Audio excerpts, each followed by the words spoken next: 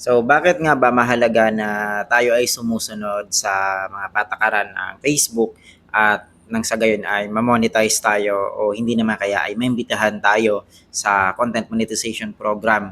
So marami kasi ng mga case ang hindi alam ng mga small content creator and those na mga kasisimula pa lamang dito kay Meta.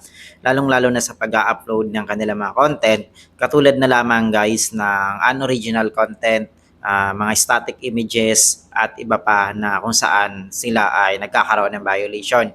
So firstly, kung ang mga content nyo po ay para sa sayaw or kayo po ay sumasayaw, ipinagbabawal po kasi ng Facebook ang paggamit ng mga background music. Yes, tama nga naman na pangit naman na kapag tayo ay sumasayaw pero walang background music or tugtog. Ang case nga lang nito is tatanggapin mo kung ikaw ba ay handa na magkaroon ng violation, pero maraming views. Ganun kasi yan, the way na nilalabag mo si Meta, dumarami yung views na nagigain mo. Or else, punta ka doon sa mababang views, wala kang ginagamit ng mga background music, pero monetize ka. So anyway, ang nare-reach po kasi dito or ang binabayaran po kasi dito ni Meta is kung gaano kalawak ba ang nare-reach ng pinupost mong content.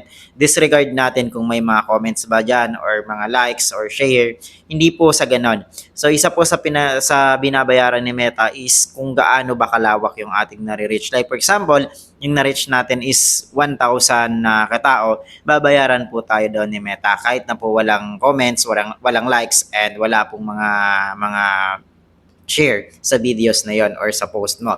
And last, kinakailangan nyo po mag-upload ng mga original content na kung saan kayo po talaga mismo ang may gawa. Kaya nga guys, original content kasi nga po kayo talaga yung nakikita doon, and then at the same time wala po kayong kinuha sa ibang mga creators or mga singer or mga dancer. Like for example nga yung background music.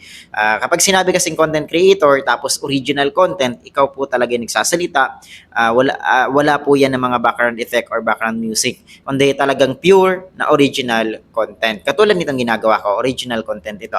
So kaya naman, kung gusto nyong maimbitahan ni Meta ngayong 2025 sa monetization program, iwasan nyo na po ang paggawa ng mga violation videos na kung saan hindi po talaga yan tinatanggap ni Meta. And kung may mga nagawa na kayo na sa tingin ninyo ay na-violates ninyo ang ibang content monetization rules ni Meta, is i-delete nyo na yung mga videos na yun dahil hindi lang din naman makatutulong yan in the future. So mahalaga na sinusunod natin kung ano yung patakaran na binibigay ni Meta. So hanggang dito lamang, maraming salamat at magandang umaga sa inyong lahat. Bye-bye.